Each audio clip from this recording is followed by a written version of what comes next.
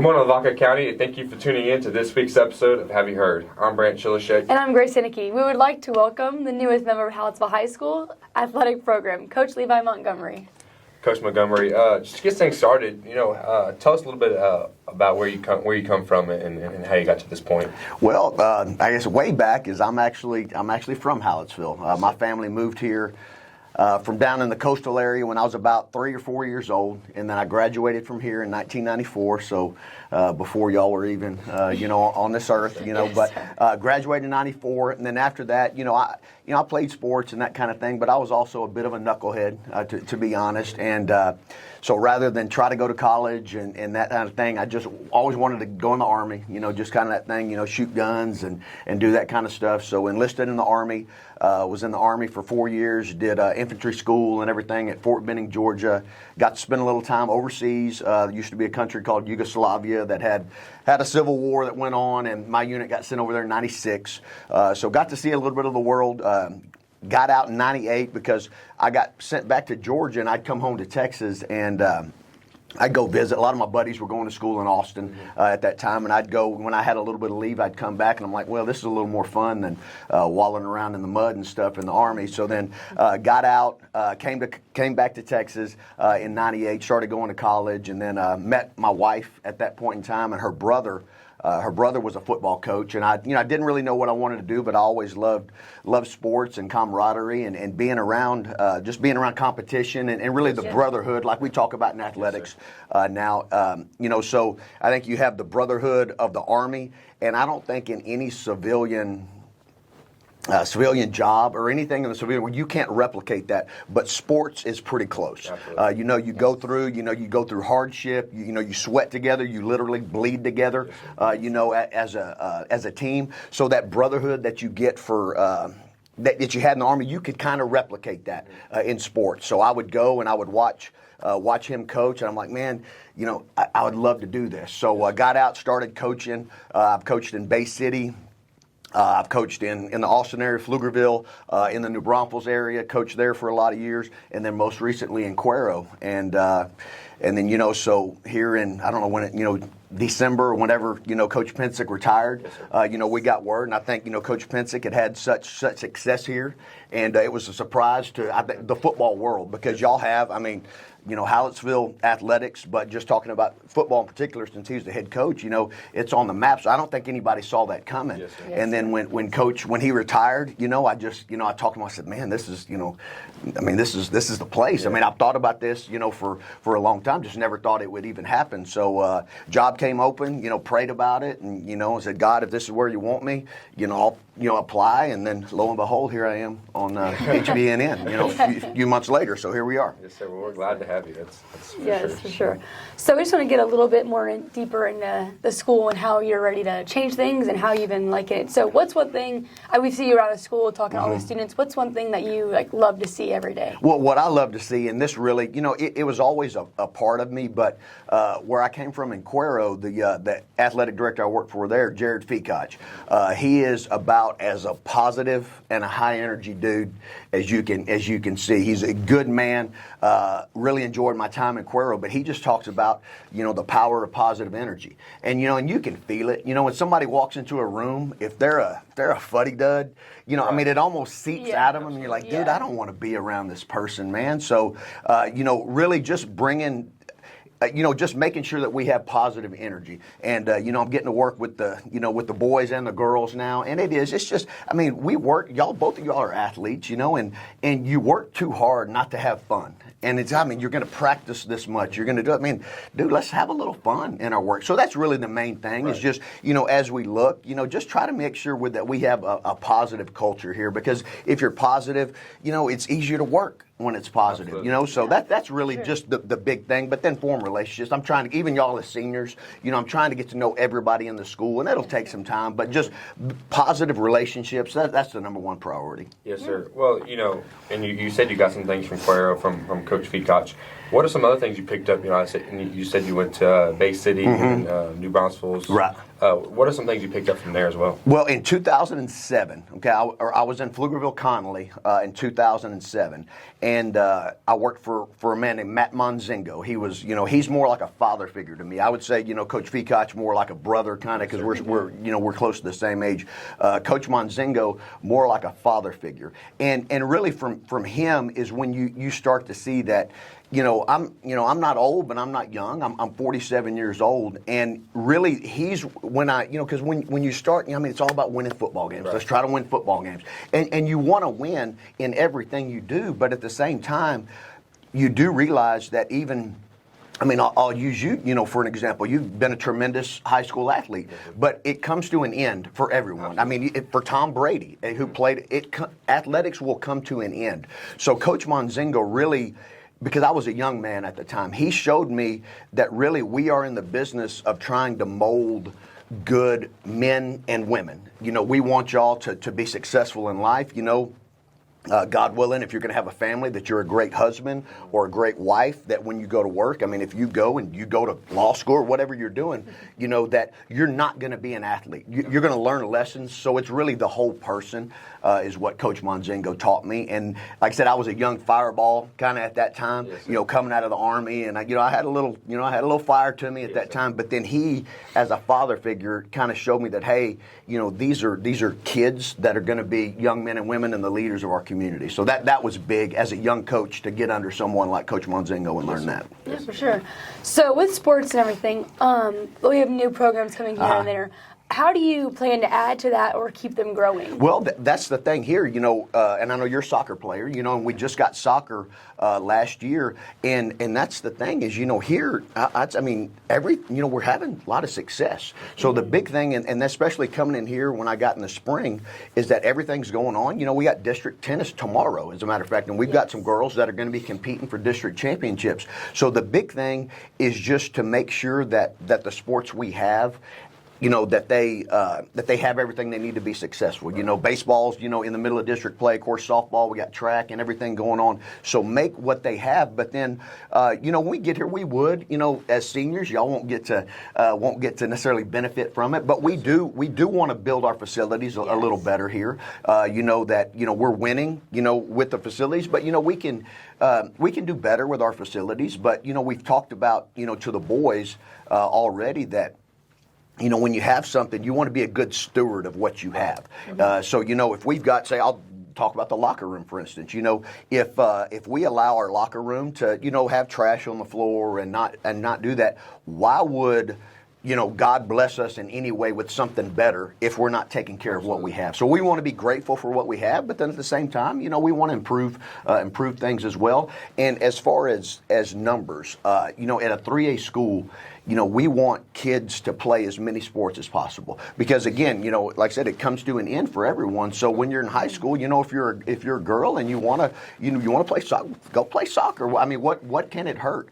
So we want you to stay busy year round and play a lot of sports, and I think we're doing that already, and I just want to continue to do that. Yes, sir. And a lot of people don't necessarily agree with hiring an athletic director that is also a head football coach because they feel like the girls don't get a fair chance. Well, how can you be more engaged in the girls program than recent years? Well, I don't know as far as what happened, but.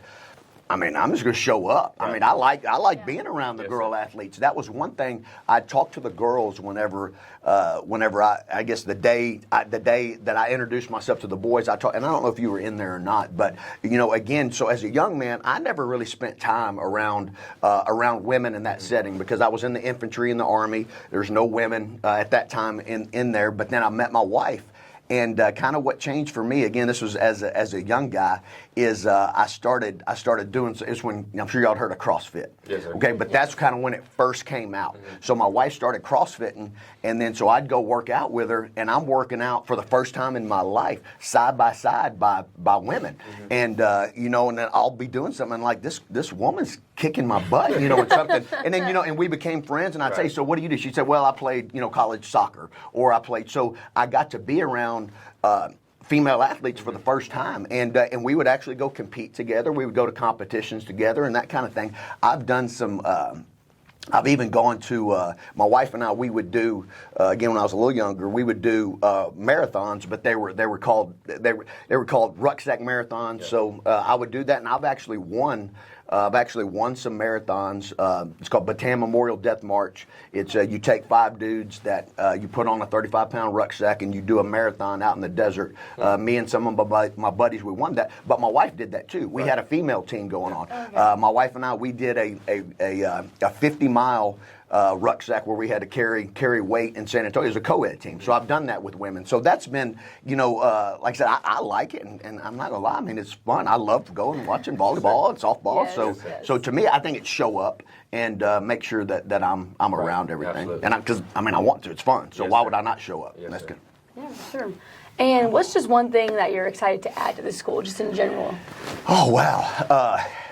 Well, I want to learn. I want to learn first of all. But, as far as adding to the school, I want our kids to be able to articulate what our culture is. So, and I'm the head coach of the football team. So I have ownership of the football team as far as our culture. Head coaches of sports, Coach Cresta, she's the head coach of the softball team. So she has ownership of what the culture is and how but so to talk about football, I want our kids to be able to articulate what our football team is. So, if you're going and if a kid is in the grocery store in town and somebody stops him and says, hey, so what's Hallisville football all about? Right. I want the young man to be able to articulate that. And we're getting into that now. I won't say too much about it now, but we're getting into it, and I want them to say that we're about this. Or I can tell you we've already said, family, because I let the kids vote on it. Because that's one of the things is that, as a coach, the football team does not belong to me.